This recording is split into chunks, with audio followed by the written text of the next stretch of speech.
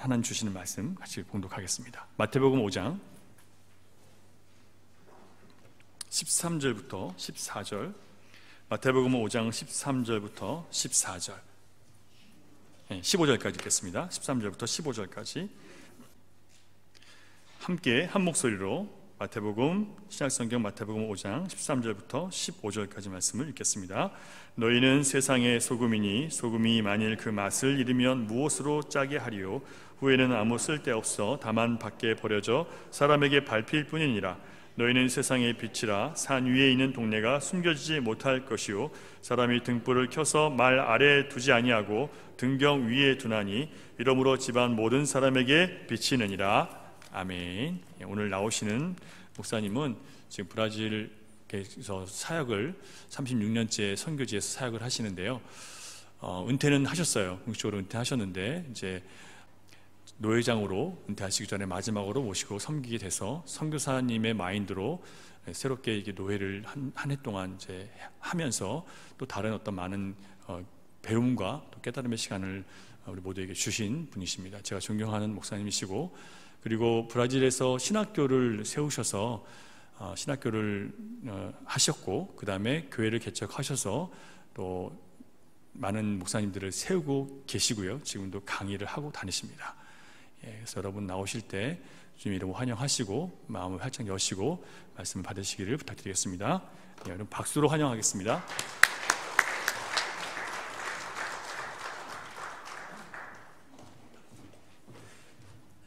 가능한 앞으로는 뭐 누가 나와도 박수는 치지 마세요. 박수 치면 고맙긴 한데 어색하고 그저 박수는 하나님만 받으시면 좋겠습니다. 제가 지금 오늘 이번 올해가 이제 만 71입니다. 지난 65세 때 우리 교단법에 의해서 선교사로서는 은퇴를 했습니다. 은퇴를 했는데 제가 있던 모든 사역들을 인계 브라질 장로교단에 이양을 하고 제가 그만 C형 간염으로 사경을 헤매면서 상파울로 내려왔는데 그동안에 우리 한인교회하고는 전혀 관계가 없었어요. 그래서 그 속에 들어가서 30년을 살면서 참 외롭고 힘들었습니다. 환경이나 재정적이나 이런 것보다 내 마음속에 아주 외롭다 하는, 여러분 선교사가 제일 힘든 게 뭔지 아세요? 선교사가 다른 뭐 환경이나 이런 게 아니에요. 중요한 건 내가 지금 잊혀지고 있구나 하는 생각이에요. 그래서 자꾸만 한인교회로 나와보고 싶고 사람들과 만나서 점심도 먹고 싶고 자꾸 하고 싶은데 또 너무 멀어요. 잠시 있다가 말씀드리겠지만 그래서 또 올 일이 없어요, 상파울로에. 그래서 현장에만 있다가 보니까 30년이 지나갔는데 그러다 보니까 또 일은 잘 됐습니다. 은퇴를 하면서 제가 가만히 생각했어요. 이젠 끝났구나 했는데 상파울로에 아파서 내려왔더니 우리 후배 목사님들이 이제 마지막 은퇴인데 69인데 은퇴 70에 은퇴하는데 그 전에 노회장이나 한번 하고 끝내세요 해가지고 그저 언급결에 노회장 직분을 맡아가지고 1년 잘 지냈습니다. 그러면서 한편 생각이 왜 나이 70까지 마지막에 하나님이 이 자리를 주셨나 했더니 바로 오늘 이 시간 때문이구나 하는 생각을 했습니다. 여러분들은 지금 우리 교회 역사상 유례없는 큰 역사를 여러분은 이루셨습니다. 열린교회 시온교회가 둘이 합해서 열린 시온교회로 하나가 되는 이런 역사가 이민사회에 거의 없어요. 그런데 여러분들은 지금 큰 역사를 하나님이고 큰 모범을 온 교회 앞에 지금 보이고 계시는 겁니다. 저의 마지막 때에 하나님이 이 영광스러운 자리에, 이렇게 귀한 자리에 마지막 저를 세우셔서 이 일을 감당할 수 있도록 하나님이 인도해 주셨구나 하는 생각을 하면서 참 여러분들께, 우리 목사님께 감사했습니다. 감사하고 참 영광스럽다 하는 생각을 하면서 여러분께 먼저 진심으로 축하의 인사를 드립니다. 제가 36년 전에 83년 3월 달에 브라질에 선교사로 올 때 원래 저는 브라질 선교사가 아니라 파라과이로 파송될 준비를 하고 있었어요. 그래서 뭐 다른 이제 필요한 모든 준비, 특히 이제 에스파뇰, 이 스페인어를 다 준비하고 있는 차에 브라질 장로교 교단 총회장이 저한테 편지를 했어요. 그리고 가는 길에 우리를 좀 만나고 갈 수 없겠느냐.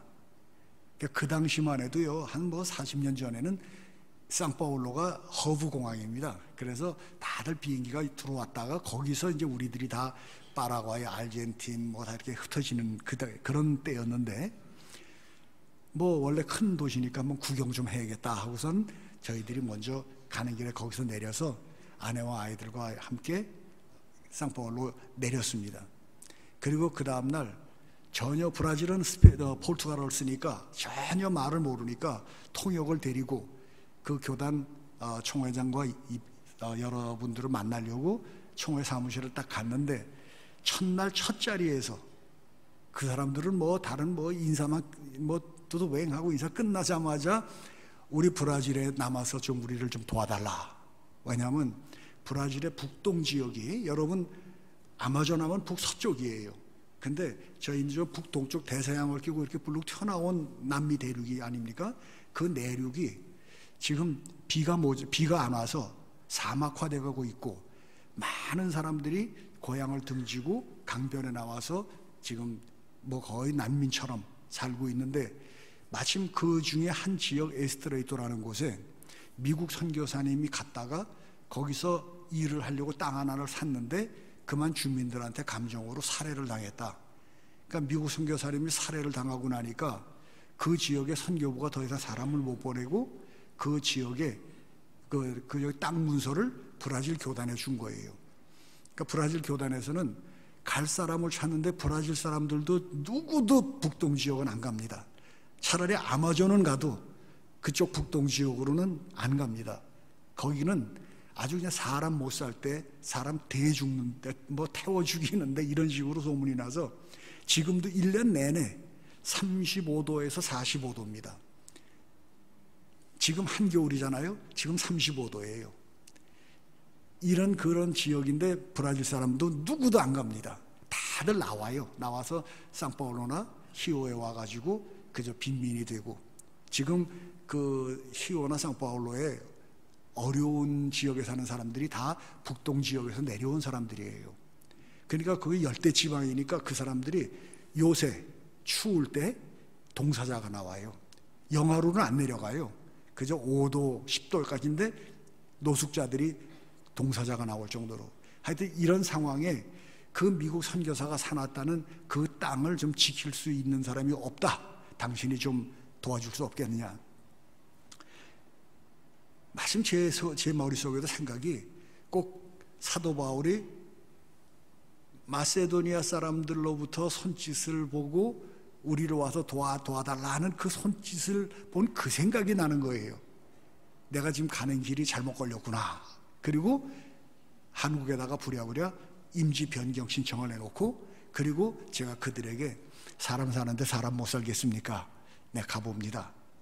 근데 사실 사람 못 살 때로 간 거예요. 전 뭐, 그 당시에 우리 교회는, 우리 교단 교회가 없었기 때문에 상파울로에서 한인들은 전부 다, 목사님 우리 교회 시작합시다. 유혹을 시작하는데, 제가 거기서 아내에게 내가 올라가서 살만하면 부를 테니까 기다리시오.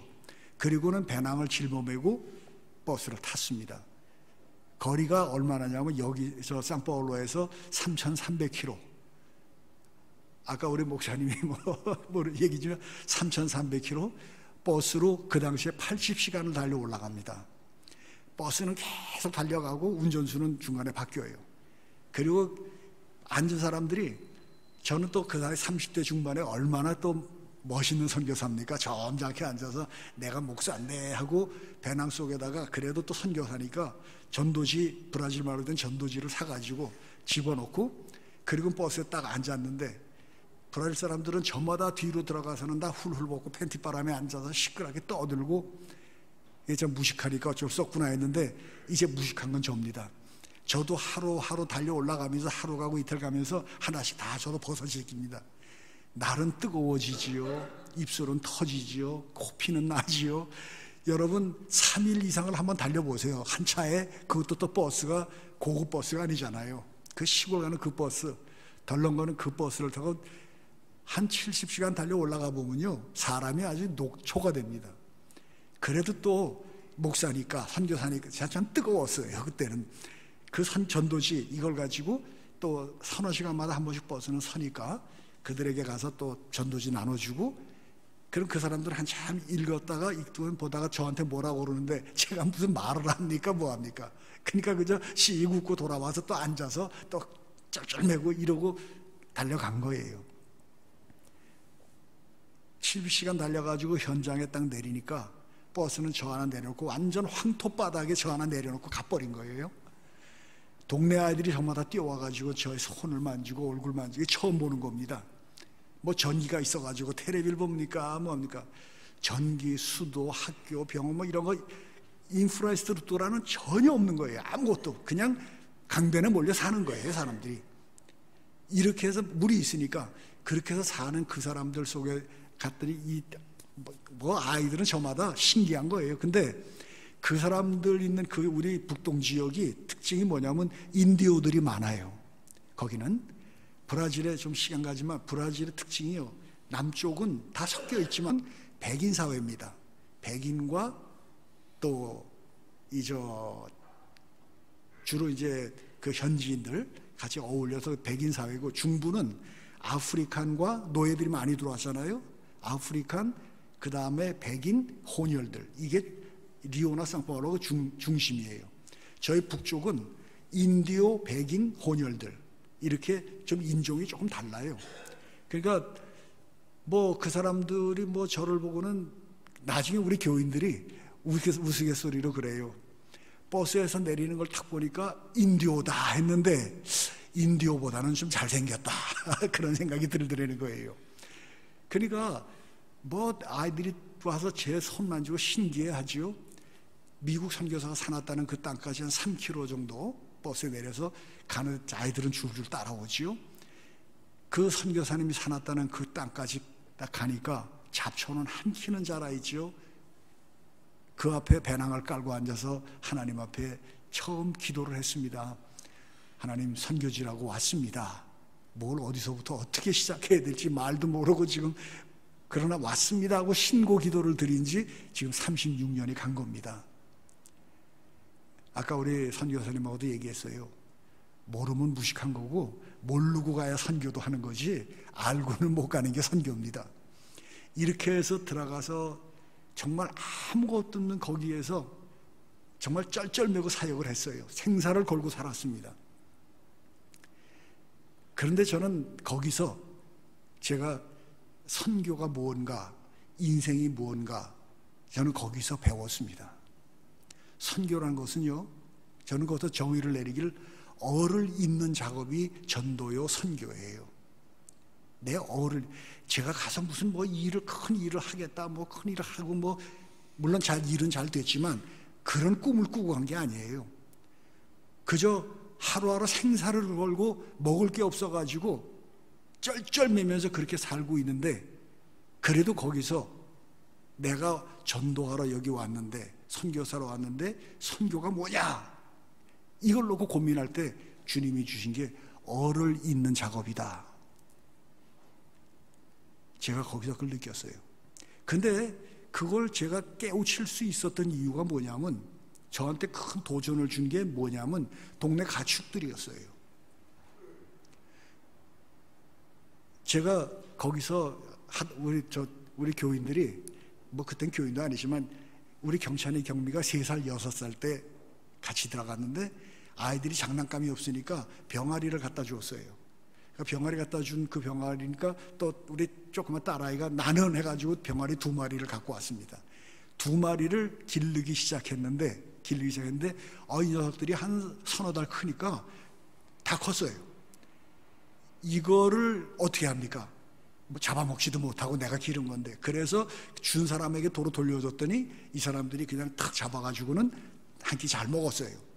그리고 소문이 파스토리 닭 길러서 돌려준다 이래가지고 저마다 한 마리씩 뭐 두 마리 갖고 와가지고 한 30마리 길렀어요. 이거를 놓고 기르다 보니까 여러분, 저를 제일 많이 사랑하는 게 누군지 아세요? 이 닭들이 저를 제일 많이 사랑해요. 아침에 예배 새벽 기도 끝나고 집에 돌아올 때 보면 이 녀석들이 저를 제일 먼저 반겨 맞아줍니다. 그럼 쌀을 빻아가지고 걔네들한테 뿌려주고 앉아서 같이 뭐 되는 소리 안 되는 소리 그냥 하면서 저 혼자 독백을 하면서 걔네들하고 같이 살다 보니까 이게, 그때 저는 느꼈어요. 내가 지금 뭘 하고 살아야 되나? 이 녀석들을 보면요, 하루 종일 아무것도 없는 거 맨 땅에 뭘 그냥 계속 쪼고 댕겨요. 뭘 계속 쪼고 댕기긴 하는데 제가 볼 때는 아무 먹을 게 없는 것 같은데 딱 하루하루 매일같이 따끈따끈한 계란을 놔줘요. 그렇지 않습니까? 계란을 놔줘요. 그 동네 꼬마 녀석들은요, 이 닭들이 어디서 알랐는지 자리를 또 알아요. 그래가지고 쫙 있다가 꼬꼬댁 소리 나면 탁탁 뛰어들어가가지고 닭 치우고는 그 밑에 따끈따끈한 계란을 싹 빼가지고요 저한테 먼저 옵니다. 파스토르 이거 먹으라고. 이런 사랑을 받았어요. 우리 교회 교인들이요, 주일날이나 저희 집에 올 때 저한테 어떤 사랑을 주는지 아세요? 야채가 없으니까 자기 집 앞에, 자기 집에 텃밭 해가지고 파, 상추, 고추 이런 거 좀 심어가지고 자기들이 이걸 따먹는 거예요. 저희 집에 올 때는 파를 그 잎사귀 있죠, 뿌리를 뽑으면 안 돼요. 또 계속 먹어야 되니까 뿌리는 놔두고 잎사귀를 한 도개 뜯어가지고, 그리고 그걸 예쁘게 종이 싸가지고 와서 저희 집 사람한테 파스토르하고 파 잎사귀 2개, 이렇게 저희한테 사랑을 베풉니다. 근데 제가 거기서 느끼는 게, 이게 아무것도 아닌 이런 땅바닥을 쪼고 다니는데도 매일같이 따끈따끈한 계란을 놔주고, 거기서 소 기르는 집 가보면요, 소가 먹는 거 보면 아무것도 없어요. 그냥 옥수수 쪽 몇 쪽에다가 그 구정물 그 더러운 물, 구정물을 해가지고 먹이라고 주는데 소는 또 그걸 또 잘 먹어요. 그런데 그 다음날 보면 따끈따끈하고 아주 깨끗한 우유를 놔줘요. 저는 거기서 이 가축들이 저한테 큰 삶의 도전을 준 겁니다. 그럼 나는 뭘 낳고 살아야 되나? 나는 뭘 낳고 살아야 되나? 이런 가축들도, 닭도 돼지들이요, 먹을 게 없어가지고 돼지들이 뛰어다니는데, 돼지들 원래 넓적다리가 굵잖아요. 거기 돼지는요, 개하고 똑같아요. 다리가 가늘어요. 얼마나 뛰어다니는지. 그런데도 보면은 따끈따끈한 계란도 놔주고 우유도 놔주고, 제가 거기서 내 삶, 난 그럼 뭘 낳고 살아야 되나? 그리고 느낀 게, 선교라는 건, 전도라는 건 바로 어를 잇는 작업이구나. 내가 어떤 상황이 있더라도 누군가 내가 전한 이 복음을 먹고 이 복음을 통해서 다시 복음이 이어질 수 있도록, 이게 바로 내가 해야 할 선교사의 인생이구나 하는 것을 제가 거기서 깨달았던 겁니다. 그리고 36년을 살았어요. 이렇게 살면서 그들 속에서 여러분, 우리 성경은요, 낳는 데에 대해서 엄격한 구분을 해놨어요.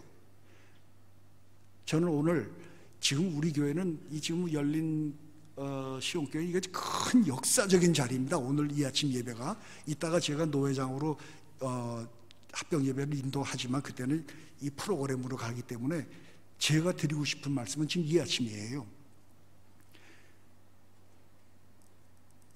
우리나라 말에 좋은 말이 있는 게 뭐냐면 출산과 출생이란 말이 있어요. 출생. 출산이란 것은 육신적인 낳는 겁니다. 물질적인, 어떤 가시적인, 규모적인, 이렇게 나아가는 게 출산입니다. 그런데 출생은 시공을 초월하는 거예요. 피를 이어가는 겁니다. 어를 이어가는 겁니다. 정신을 이어가는 겁니다. 저는 이 아침에 여러분들에게 노회장으로서 여러분께 질문합니다. 오늘까지 여러분들의 삶은 출생으로 살고 계셨습니까? 출산으로 살고 계셨습니까? 오늘 새롭게 태어나는 우리 열린시온교회, 출산으로 태어나는 교회입니까? 출생으로 태어나는 교회입니까? 여러분, 하나님 앞에서 긴장하고 대답하셔야 됩니다.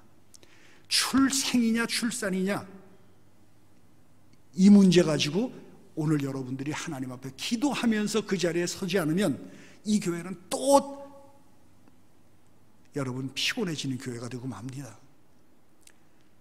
여러분이 이렇게 모일 수 있도록 해주신 하나님의 의미가 뭐겠습니까? 오늘 제가 드리고 싶은 말씀은 바로 이거예요.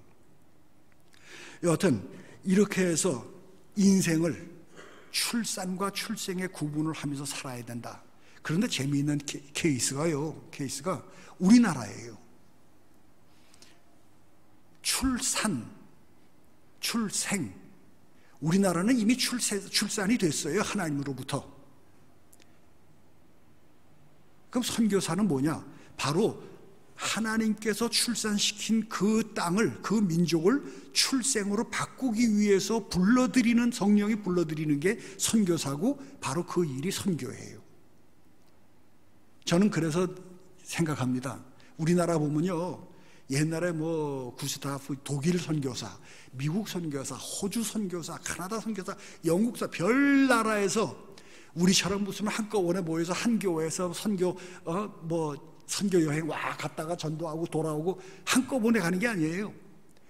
사방에서 다른 나라에서 다른 사람들이 어떻게 조선이라는 이 조그만 땅덩어리를 알고 찾아오겠습니까?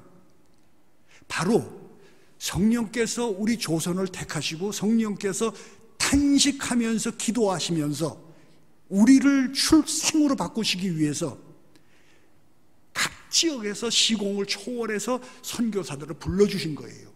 그래서 선교사들이 자신들도 모르게 조선의 눈에 띄어서 그 성령의 부름으로 와서 보니까 그들 기도 재미있어요.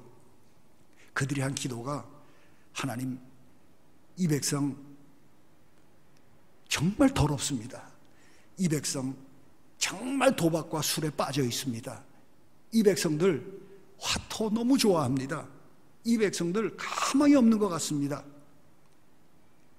그런데도 그분들은 우리나라를 그렇게 보면서도 마지막 기도 한마디는, 그러나 먼 훗날 이 백성이 하나님 앞에 크게 들어 쓰여질 수 있을 줄 믿습니다.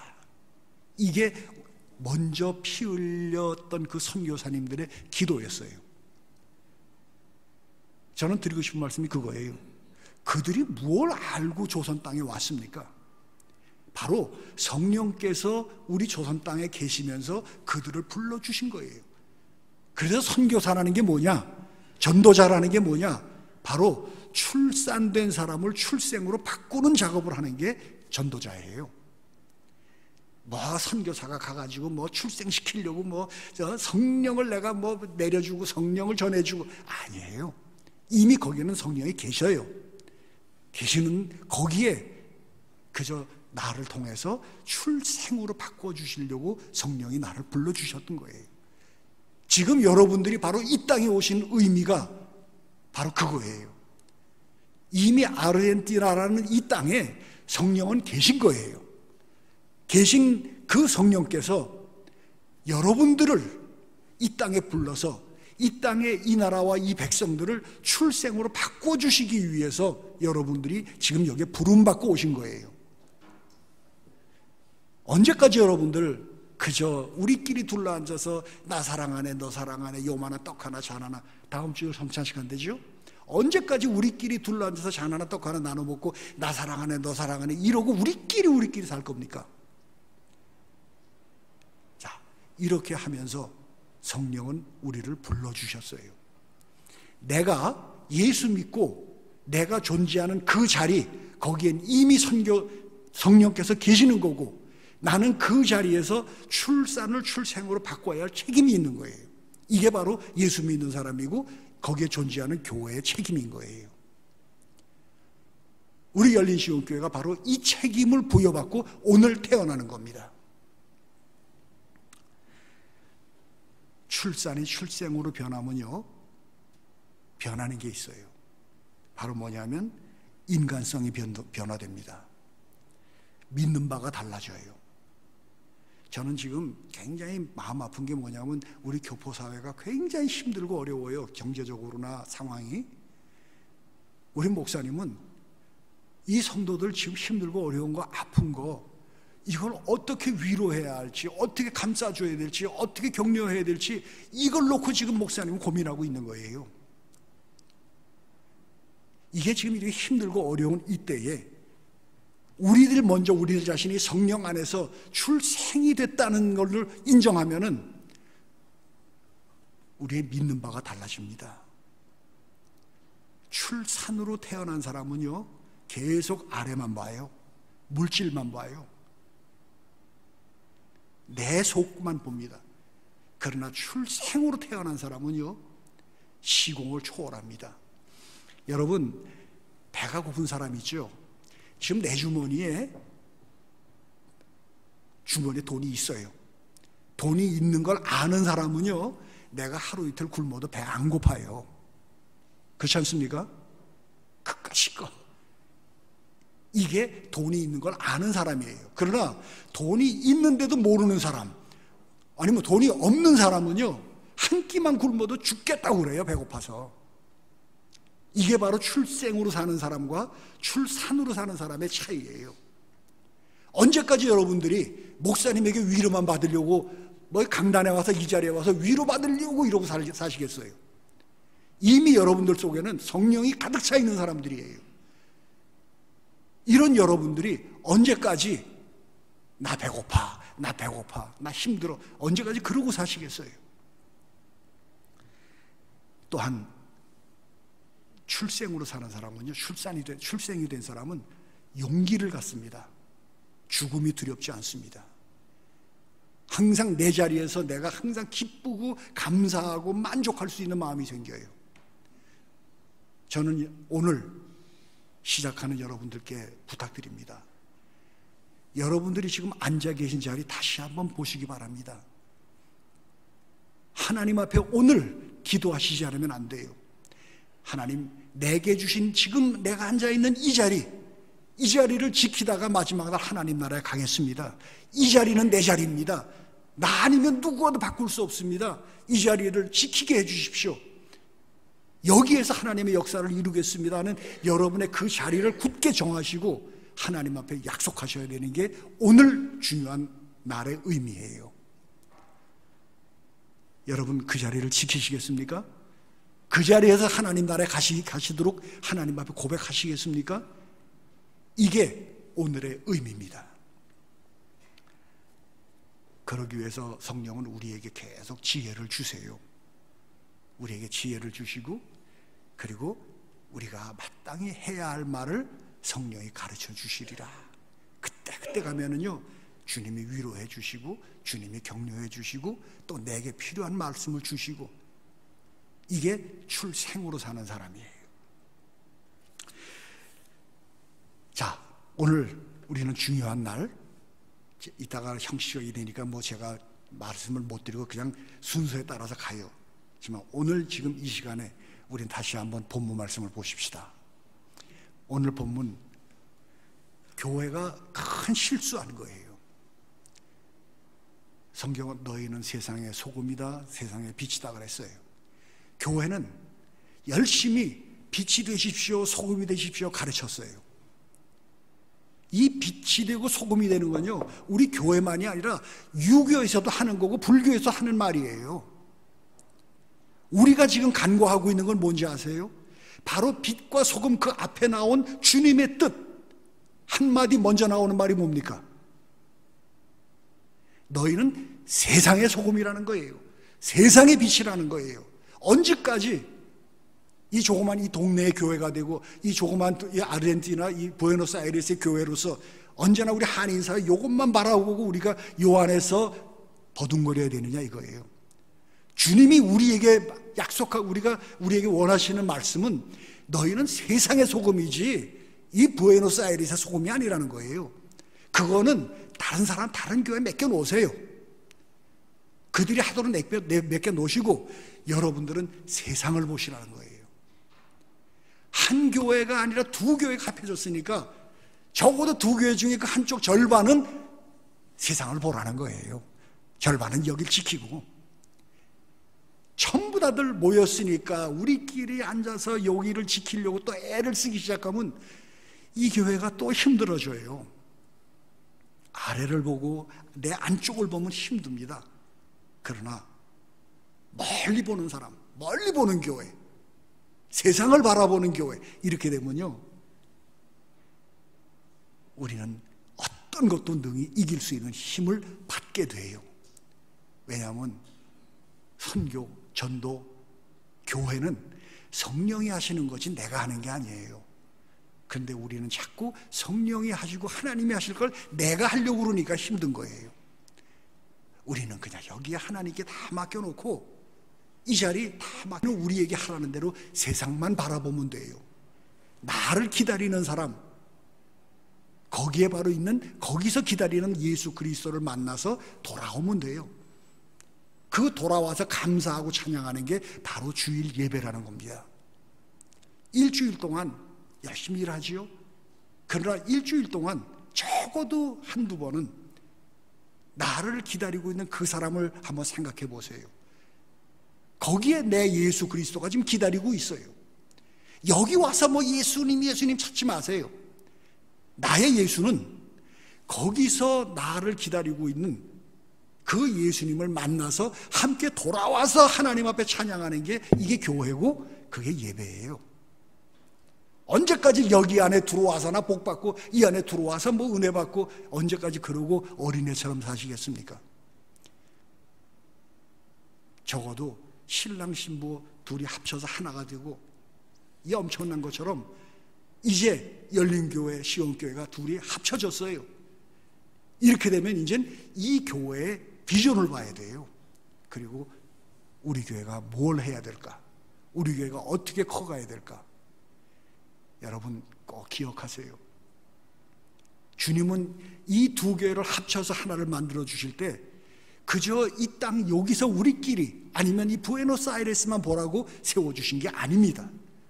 여러분들께는 세상을 보라는, 너희는 세상의 소금이고 세상의 빛이라는 걸 알려주시는 거지. 그래서 묶어주신 거지. 뭐 여기서만 살겠다면 우리가 이게 왜 묶어지겠습니까? 또 하나 우리 교회가 간과하고 있는 게 있어요. 바로 주님은 계속 말씀하신 게 가라 하시는 거예요. 그런데 우리는 계속 와라 하고만 살았어요. 모여라, 와라. 그리고 거기서 우리가 뭐 했네. 제가 할 얘기는 아닌 것 같지만 아침에 들어오면서 보니까 아래 뭐 해야 할 일이 많아요. 리모델링도 해야 되고 또 뭐 목사님 빗소리가 비도 샌다고 그러고 할 일 많아요. 여러분 그냥 기도하시면서 맡겨놓으세요. 하나님께 맡겨놓으세요. 그리고 여러분이 가야 할 그 자리를 찾으세요. 여러분이 가야 할 자리, 뭐 멀리 못 갑니다 하더라도 나를 좀 아프게 했던 사람, 나를 좀 힘들게 했던 사람, 뭐 이런 가까운 사람부터 기억하시고 거기를 가세요. 거기 가면은 예수님이 거기 기다리고 계세요. 기다리는 그 예수님과 함께 돌아오세요. 그때는 성령께서, 예수께서 이 성전 다 고쳐놓고 기다리실 겁니다. 우리 장로교가 문제가 이런 거예요. 하나님께서 이렇게 역사하실 겁니다. 그러면 순복음교회 가보면요, 교회가 떠나갈 듯이 아멘 하는데 장로교는 그냥 조용해요. 여러분 주님께 맡겨놓으세요. 내 안쪽에 건 주님께 맡겨놓고 또 목사님께 맡겨놔요. 그리고 여러분은 여러분께 약속하신 그 세상, 여러분께 보여주신 그 세상을 바라보시는 눈을 뜨세요. 자, 오늘 우리가 중요한 날, 우리가 다시 한번 생각하십시다. 하나님이 우리 두 교회를 왜 묶어주셨나? 하나님께서 내 인생, 내 교회를 지금 출산으로 세우시고 계시나 출생으로 세우시고 계시나, 이거를 이 아침에 다시 한번 꼭 묵상하시기 바랍니다. 그리고 대답하시기 바랍니다. 우리 교회는 이제 출생으로 시작합니다. 내 인생도 출생으로 함께 시작합니다. 이렇게 하나님 앞에 고백하고 결단을 해야만 합니다. 어를 잇는 작업, 이 교회가 세워진 일이 바로 이 주변에 있는 많은 교회들 앞에 어를 잇기 위해서예요. 사도 바울이 참 멋있는 말을 했어요. 각 서신마다 나와 같이 되기를 원하노라, 나를 본받아라. 사도 바울이 계속 이 말을 하고 있어요. 바로 우리 교회가 이제 이 말을 할 수 있는 교회가 되어야 하는 것입니다. 여러분들은 이제 앞으로 이 땅에 있는 모든 교회 앞에 이 말을 해야 합니다. 나를 본받아라, 우리 교회를 본받아라, 나와 같이 되기를 원하노라, 우리 교회 같이 되기를 원하노라. 주님도 말씀하셨어요. 가서 너희도 이와 같이 하라. 이렇게 하는 교회, 출생으로 태어나는 교회, 출생으로 시작하는 교회, 이 교회에 주님이 약속하신 겁니다. 내가 세상 끝날까지 너희와 항상 함께하리라. 아무에게나 약속하신 게 아니에요. 너희는 가서, 가는 그 교회, 가는 그 사람, 그에게 약속하신 겁니다. 내가 세상 끝날까지 너희와 항상 함께하리라. 오늘 우리는 시작합니다. 오늘 우리 교회는 시작합니다. 출산이 아니라 출생으로 시작합니다. 우리가 해야 할 일, 우리의 소명, 다시 한번 이 시간에 깨닫고 하나님 앞에 우리의 소명을 결단하실 수 있기를 바랍니다. 그때 주님은 우리에게 약속을 허락하십니다. 내가 세상 끝날까지 너희와 항상 함께하리라. 이 축복이 새로 시작하는 우리 열린 시온교회 충만하시기를 예수 그리스도의 이름으로 축원합니다. 기도하십시다. 하나님 아버지, 감사합니다. 한 사람을 불러주시고 한 교회를 불러주시고 이제 그것도 하나님 하시고자 원하시는 그 일이 약하기에 이제 두 교회를 합쳐서 열린 시온교회를 세워주신 은혜를 감사합니다. 오늘 우리들이 주님의 그 비전을 받으며 하나님으로부터 인침을 받는 날입니다. 하나님, 우리의 모든 소망과 우리의 모든 비전이 하나님 앞에 합당하게 하시고 이제 하나님께서 세워주신 우리 열린 시온교회가 오직 하나님의 뜻만을 이루고 감당해 나가는 귀한 성전 되게 해 주시옵소서. 감사하오며 예수님의 이름으로 기도하옵나이다.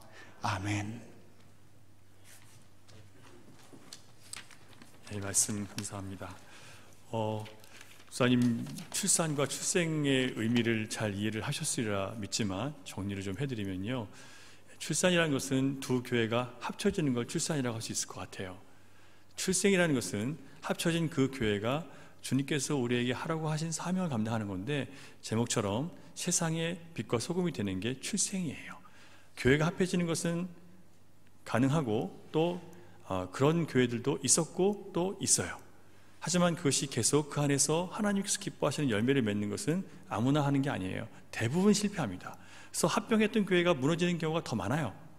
그래서 우리 교회가 합쳐졌다고 해서 이제는 우리는 잘 갑니다, 아무도 보장할 수 없어요. 그건 오직 우리가 성령님 안에서 세상의 빛과 소금이 되고자 하는 그 한 뜻 안에서, 주님의 한 뜻 안에서 같이 갈 때만 가능해지는 거예요. 사랑하는 여러분, 목사님 말씀을 통해서 이런 말씀의 내용을 잘 받으시고 함께 기도하면서 정말 우리가 세상의 빛과 소금이 되게 해주십시오라는 마음으로 함께 한 길을 걸어갈 수 있기를 다시 한번 부탁을 드리겠습니다.